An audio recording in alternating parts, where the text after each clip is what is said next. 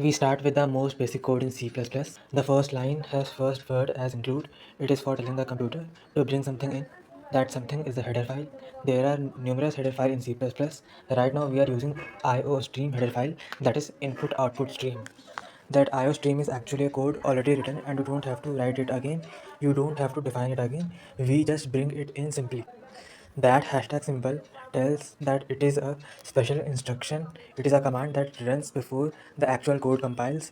C++ is a type of language which executes the code all in one go, unlike some languages which do it line by line. Those angle brackets that look like less than and more than symbol tells the compiler that look for predefined code and bring that in here right now. The entire first line means bring some predefined tools so I can run them in my program. I can use them such that I can use them. For instance, IOStream includes some tools. We are going to use 2 tools out of all in this code. That is why it was necessary. Otherwise, it would not be necessary to write that first line. In second line, using means telling the compiler I am going to use something. Sometimes space is not required. Sometimes it is required.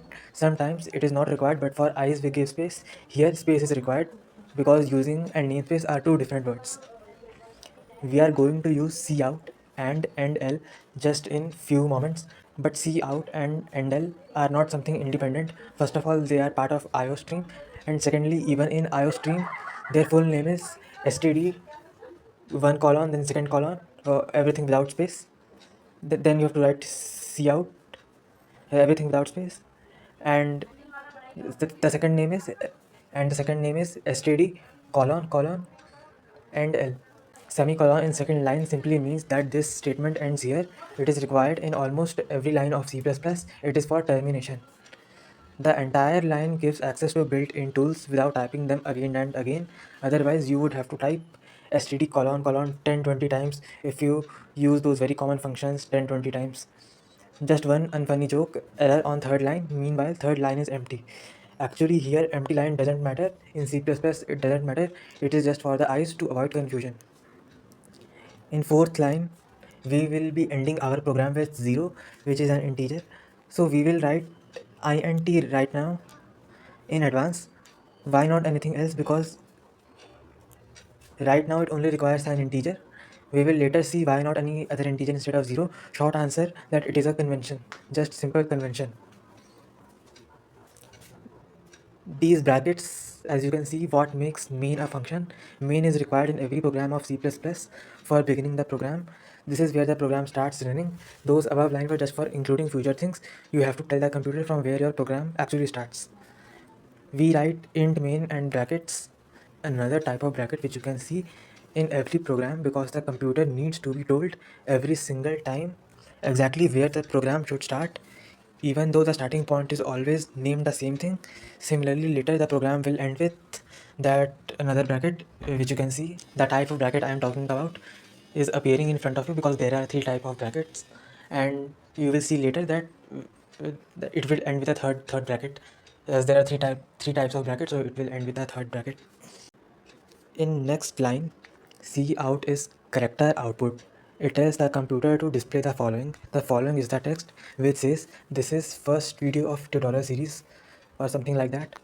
And the signs next indicate to pull the following data.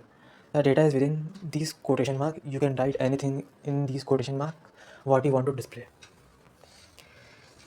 In the next line, return means to end everything. Let's say end the function and send a value back. That value is 0.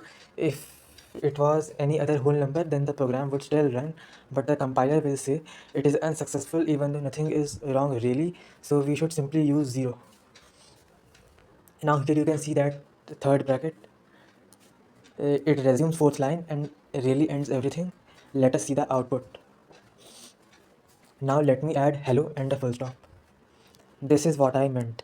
This std is only one time, so it doesn't matter much. But in reality, you will have to use this a lot of times. So why not simply write using namespace std initially at the program already.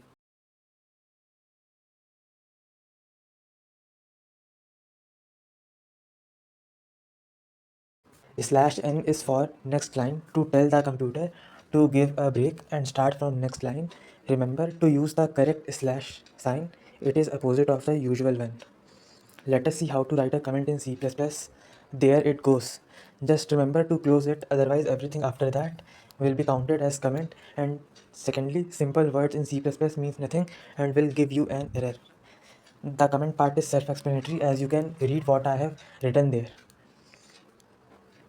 And lastly, another method of changing line is to use end L. Remember to use our display sign once again, but remove the semicolon. Then after the display sign, write end L and then use semicolon. Just remember it is end small l and not I or 1. This is enough for today.